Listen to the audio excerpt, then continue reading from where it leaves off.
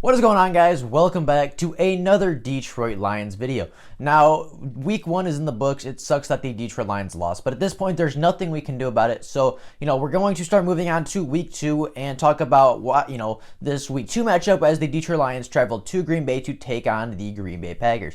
And in today's video, I just want to do a quick preview of the matchup. Let's talk about what each team did last week, what their strengths look to be, what their weaknesses look to be, and where, some of those strengths align and where some of those weaknesses align. Now, before we do get into the video, if you are new to the channel and are enjoying the content, consider liking the videos and subscribing to the channel, as it takes only 2 seconds out of your day and it helps me push this content out to more Detroit Lions fans such as yourselves. So if you could do that, I would be greatly appreciative. But with all that being said, let's get into previewing this week 2 matchup as the Detroit Lions travel to Green Bay to take on the 1-0 Green Bay Packers.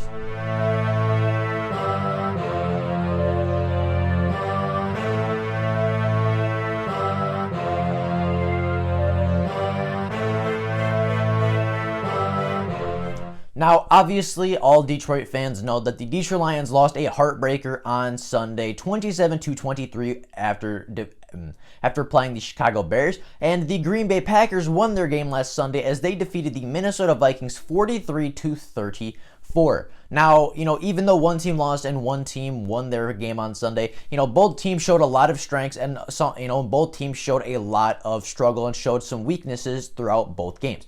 Now, looking at the strengths first for the Detroit Lions had a great rushing attack on Sunday against a very stacked Bears front seven, including Khalil Mack and Akeem Hicks. The Detroit Lions looked very good on the ground. DeAndre Swift had a rushing touchdown. Adrian Peterson looked like the AP of old, looked like the Minnesota Adrian Peterson. Was going off against the Chicago Bears, averaged 6.6 yards a carry. He was looking really good, looking very strong, very healthy, and very fresh for the Lions. So, that's a very big positive because obviously we haven't had a huge run game in Detroit for quite a while. So the fact that, in his first game with a banged up offensive line and an unsure offensive line, Adrian Peterson was still able to do that against a very solid, very quality Bears front seven. That shows me that, this Detroit Lions team has put all this capital into the run game, drafting Kerryon, drafting Ty Johnson, drafting DeAndre Swift, drafting Jonah Jackson and Logan Stenberg, and, Taylor Decker and Frank Ragnow and all these high guys. They're paying these guys. They're, drafting them in the NFL draft. And,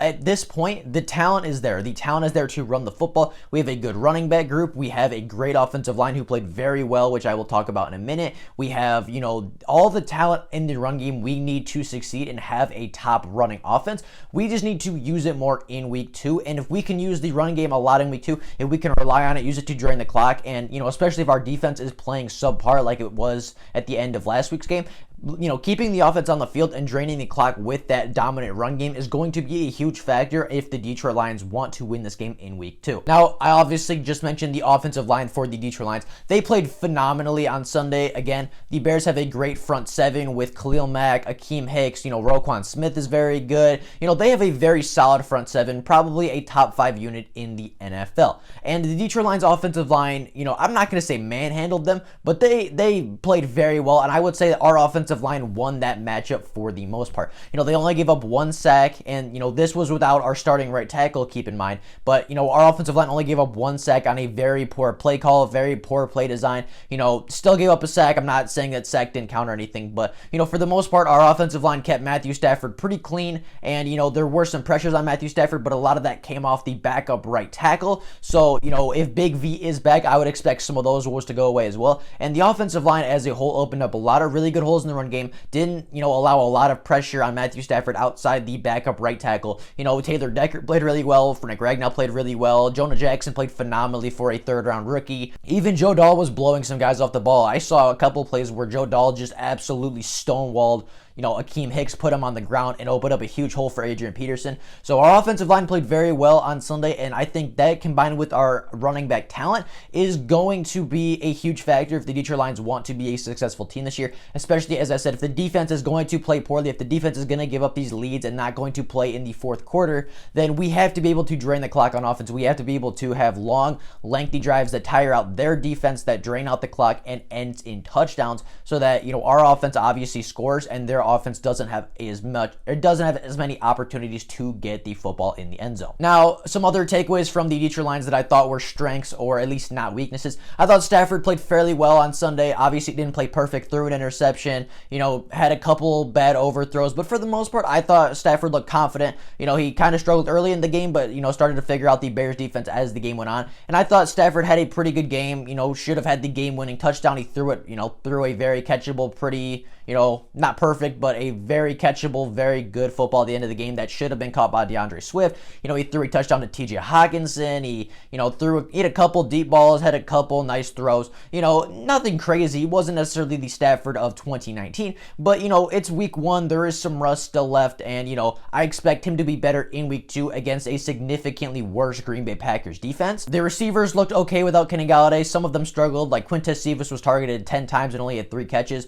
The catches he did make were impressive, but, he has to step up a little bit. Marvin Jones looked solid. Amendola looked solid. Hockenson looked solid. Like, I wouldn't say any of the wide receivers really blew me out of the water in week 1, but they did play good enough. They did play solid enough without their number 1 wide receiver in Kenny Golladay to, just to make it, they played good enough in order to support the team, and they played good enough to extend drives, to make plays, and to, put this team in a position to win the football game at the end. The last thing I want to talk about by the Detroit Lions that was positive to me was the D-line. Actually, in my opinion, the front 4, the actual guys that had their hand in the dirt, played pretty well for the Detroit Lions, and, they didn't play a complete game, they didn't play a perfect game by any means, but they did have a lot of flashes as Trey Flowers got to the quarterback a couple times, didn't get the sack, but forced some pressures. Romeo Okwara had a couple really good pressures and should have had a sack instead of grabbing the face mask. Deshaun Hand got interior pressure a couple times. Danny Shelton was a monster in the middle, blowing up a lot of the run plays. And, the defensive line showed a lot of flashes. They showed a lot of potential. And, obviously, as I said with Matthew Stafford, and, to keep in mind with everything that I'm saying today, it was week 1 last week, so, a lot of the stuff as far as technique, a lot of the sloppy play that both teams experience, some of that stuff is going to be cleaned up with as the weeks go on, as they, get more familiar, as they get more comfortable, as the season progresses. Some of this stuff is going to fix itself just with time and with more game experience. The D-line showed a lot of flashes, but to me, they just need to show more consistency, and our D-line should be better next week. Obviously, they should be, getting some of that rust off. They should be more consistent next week. And, if our D-line can get more consistent, I think our defense is going to look a heck of a lot better than it did late in week 1. Now, moving on to the positives for the Packers. Now, I did not watch the entire Packers game. I watched some of it, and I watched the entire highlight video that the NFL put out. So I could have missed something. I fully admit that right now. But based on just purely what I saw and what the stats say, the Green Bay Packers had an elite passing offense in week 1 as the Aaron Rodgers passed for 364 yards and 4 touchdowns. Again, now, granted, that was against a very young and very inexperienced Vikings secondary. However, that does not take away from the fact that Aaron Rodgers was throwing dots. Aaron Rodgers was, making a lot of very impressive, very tight window, very, slim opportunity throws. And, he looked really good. Aaron Rodgers looked like the old Aaron Rodgers that was going for MVP every year. Like, Aaron Rodgers looks really good this season, at least from what I saw in week 1. And, as I said, obviously it was against a very inexperienced secondary, but to be totally honest, I don't know who the Lions are going to be rolling out in week 2. I don't know if Desmond Trufant's going to be playing. I don't know if Jeff Okuda's going to be playing. We know Justin Coleman's not going to be playing. Like, I mean, our secondary is pretty inexperienced, to be totally honest. So, Aaron Rodgers could definitely have another day like that again when he faces our young and inexperienced secondary, just like he did last week with the Minnesota Vikings. The Green Bay Packers had an okay rushing attack last weekend. I wouldn't say there's anything crazy. I don't think anybody had over like 60 yards, but they did have a lot of running backs be pretty productive. They had a lot of guys that were like 4 yards a carry, 5 yards a carry, something in there. So they didn't really have anybody dominate on the ground like they did, or like the Lions did with Adrian Peterson, but they also didn't have anybody really struggle last week like we saw with Kerryon Johnson. So I would say their run game was solid. I wouldn't say it was their strength last week, but I definitely wouldn't say it's a weakness of them either. Their defense played okay for, again, kind of like the Detroit Lions, their defense showed flashes as they did have 2 sacks, including a safety, and they had 1 interception. But, outside of that, their defense gave up a lot of big plays, which I'll get to in a minute. Their defense played okay. Their defense, to me, didn't look amazing. It looked a lot worse than what we saw with Chicago last week. So I think that, the Lions should be able to take advantage of a lesser defense than what we played in week 1, and then we should be able to put up more points, more big plays, and more, yardage and points, obviously. And, that should help the offense get going, help the offense lead this team to to success. The Packers defense played okay last week. I wouldn't say they played great, but they definitely showed some flashes with 2 sacks and a turnover. Now getting on to some of the weaknesses of these teams that I noticed, the Detroit Lions secondary was very weak throughout the course of week 1. Obviously there were a lot of injuries as Desmond Trufant went out, Justin Coleman went out, we didn't have Jeff Okudah healthy, so we were literally down to our last 3 cornerbacks on the field at the same time. If Tony McRae or Darryl Roberts got hurt, I generally don't know what we would have done. We probably would have had to put a safety there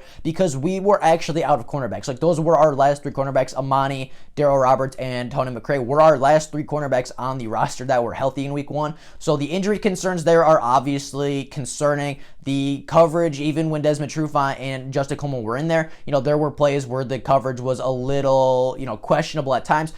Granted, they did play better, obviously, than Tony McRae and Darryl Roberts, but, the coverage wasn't necessarily great either, even when, Desmond Trufant was in there. So to me, as much capital as we put in the secondary, it needs to play better. Obviously, Desmond Trufant is in a first year with a brand new defense, so it might take him a week or two to really, get comfortable in this defense and start playing like the Atlanta Falcons. Desmond Trufant, obviously, we have Jeff Okudah hopefully coming back healthy for week 2. We know Justin Coleman is on IR, so somebody's going to have to step up there in the slot. I believe the Lions just signed somebody, but I could be wrong on that. So the secondary needs to step up. They need to play better, and I think that'll come with time because obviously Desmond Trufant is new to the system. As I said, Jeff Okudah was injured last week. He's going to come in, hungry and ready to, prove that he could be a starter in the NFL, prove that he is NFL ready, like some people are starting to say he is not. I think the secondary has a lot to prove, but I also think they are hungry, and I think they're going to come in with that mindset of, they're right, we do have something to prove, and they're going to go out and show it against a wide receiver core in the Green Bay Packers that, outside of Davante Adams, isn't really that talented in my opinion. Now, the rushing defense for the Detroit Lions was also questionable. Danny Shelton looked great. Danny Shelton looked really good. He was blowing up a lot, getting some interior pressure on those running plays. But outside of him, the run defense looked kind of bad. The tackling wasn't great. But as I said in the beginning, that's going to come with time. The more they get NFL contact, the more that they, play in games and they have to tackle, the better the tackling is going to become. So I'm not too worried about the tackling just yet. Obviously it wasn't very good in week 1 as we missed a lot of tackles. But, a lot of defenses played poor in week 1. And, a lot of defenses missed tackles. I think that'll improve with time as the season goes on and they get more, reps, they get more experience, they make more tackles. I think the tackling will get better, but the run defense needs to improve. Our defensive line needs a little bit more penetration. Our linebackers need to wrap up and make tackles better, and we cannot allow these running backs. I saw David Montgomery and Cordell Patterson several times breaking off tackles just because the Lions didn't wrap up. The Detroit Lions, went for the hit and the running back bounced right off and, got a couple more yards after that. So the rushing defense needs to be better. The defensive line needs to get a little bit more penetration. Outside of Danny Shelton, he was fine. I'm not going to critique him because he was great.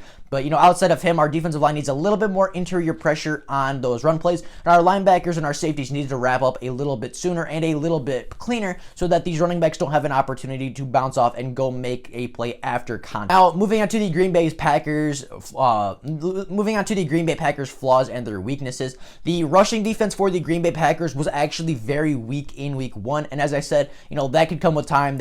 I didn't see exactly what happened, but, just looking at the stats, the Green Bay Packers averaged 7 yards a carry on the Minnesota Vikings. And, obviously the Detroit Lions are coming off a phenomenal rushing day where Adrian Peterson averaged 6.6 yards a carry. So, if we can pull that, if we could take that momentum of the run game and put it against a Green Bay Packers front 7, a Green Bay Packers rushing defense that didn't perform particularly well in week 1, I think that could be a major advantage for the Detroit Lions. And if the Detroit Lions choose to lean on that running game, if the Lions choose to, lean on Adrian Peterson more so than they did in week 1, and we, are able to drain the clock, if we're able to extend those drives, have those long, fulfilling drives that take up 8-9 minutes off the clock, and then we end up punching it into the end zone, those are going to help the Detroit Lions win football games. Those kind of drives are what the Detroit Lions need to be competitive and make it so that their defense cannot sell the game at the very end. So the Packers rushing defense was very questionable throughout the majority of the game. As I said, they gave up 7 yards a carry. Now, I don't know if that is inflated by a couple big runs or not, but, giving up 7 yards a carry is not very good. So that is a weakness I think the Detroit Lions can definitely exploit. And then the pass defense for the Green Bay Packers gave up a lot of really big plays down the field. Now, granted, they made some plays too, obviously, as I said, with the 2 sacks and the interception, but the Green Bay Packers gave up a lot of deep shots from what I saw in the highlights. The Green Bay Packers pass defense, they just they kept giving up shots. And as we know from last season, the Detroit Lions and Darrell Bevell like to get aggressive, especially with Kenny Golladay coming back. They're going to be aggressive. They're going to be taking shots down the field to Marvin Jones and Kenny Golladay, and they're going to be saying, all right, I know this Green Bay Packers team is good, but their secondary, especially their cornerbacks, aren't necessarily great outside of Jaire Alexander. So whoever Jaire Alexander is not covering, Stafford needs to look at that guy. So say, I don't know who the Packers second cornerback is. It might be Kevin King, but let's just say it is. Kevin King's on Kenny Golladay. All right, that's your first read, because I trust that Kenny Golladay is going to go up and beat that cornerback. The Packers pass defense gave up a lot of big plays, including, I believe, the second biggest passing play of the week. It was like 56 air yards or something, and it was a touchdown to Adam Thielen. So, the Packers pass D gave up a lot of big plays through the air, and I think the Detroit Lions could take advantage of that with our great wide receiver core, with our, receivers being great contested catch wide receivers, making great plays down the field consistently last season, and with Matthew Stafford's arm strength and arm talent, we know he can get the ball down there. We know our receivers can make the plays down there, and, I think that is also something the Detroit Lions can take advantage of, is, the Packers give up a lot of big plays. The Lions are great at making big plays with their wide receivers going up and just getting the football. That I think that could be something the Detroit Lions lean on as well on the offensive side of the ball. Now, with all that being said, that is all I got for you guys right now. That was kind of my preview of week 2. I know the Detroit Lions lost week 1, and I know it was very disappointing. I know the Packers offense looks phenomenal going into week 2, but Lions fans have to stay calm. As much as you don't like Matt Patricia, as much as you don't like the play calling, I was very frustrated with the Detroit Lions on Sunday, but it is important to remember that we still have 15 games left to go. And we competed with a Bears team that did go 8-8 last season. That Bears team, as much as people like to hate on the Bears, and I know JMO calls them the Care Bears and all that, but the Bears did go 8-8 last season and were in a position to make the playoffs. The Bears, as much as I think the Lions were a better team, the Bears are by no means a bad football team. The Bears have a great defense. They have, not a great offense, but it was good enough. It's good enough to win them some football games. So, I know that the Detroit Lions lost last weekend, but, it is only week 1. We are going to shake some rust off. We're going to get better as the season goes on. And week 2 is always a new week. The next week is always brand new. The previous week has nothing to do with the week we're going into, has nothing to do with the game we're going into. And week 2 is a brand new week where the Detroit Lions are going to come in hungry. Obviously, they were kind of screwed out of these 2 games last season, so they're going to come in hungry. They're going to come in ready to work, and I would not be surprised if the Detroit Lions put up a huge fight, and if they even come out with a victory in week 2, even though right now it doesn't look particularly promising. Now, with all that being said, that is all I got for you guys today. If there is Lions news before tomorrow, I will obviously make a video letting every single person know. But until then, that is all I got for you guys right now. Hope you guys enjoyed the video, and if there is no Lions news before tomorrow, I will see you all tomorrow with more Detroit Lions content. But until then, that's all I got for you guys right now. Thank you all for watching. Bye, guys.